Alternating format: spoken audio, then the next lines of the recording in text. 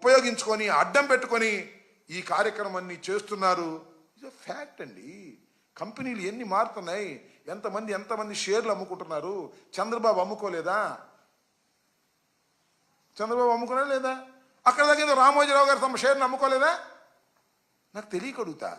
షేర్లు అమ్ముకోవడం, కొనుక్కోవడం, మళ్ళీ ఈ వచ్చిన డబ్బులని 449 కోట్ల రూపాయలు అరబిందో వాళ్ళు కేవీ రావు గారికి ఇస్తే అవి తీసుకెళ్ళి ఇంకో చోట ఇన్వెస్ట్ చేసుకొని ఆయన లబ్ధి పొందాడు. ప్రభుత్వానికి 20% వాటా ఉంది. ఆ రోజున చంద్రబాబు నాయుడు గారు కేవీ రావు కట్టబెట్టే రోజున మొత్తం అంతా కట్టబెట్టి 20% నామినల్ ప్రైస్ ఏమో దీనికి పెట్టి చేశారు. అసలు కేవీ రావు గారి దగ్గర నుంచి కొనదలుచుకున్నప్పుడు, కత్తి పెట్టి కొనదలుచుకున్నప్పుడు, గన్ను పెట్టి కొనదలుచుకున్నప్పుడు మొత్తం కొనేసేవాడుగా. 51% కొనేస్తే మొత్తం అంతా వెళదే కదా. చంద్రబాబుకి అలవాటు. చిట్ ఫండ్ సంస్థలో సహాయకుడిగా ఉన్నాడు కదా జేజే రెడ్డి అని. ఆయన కుటుంబం దగ్గర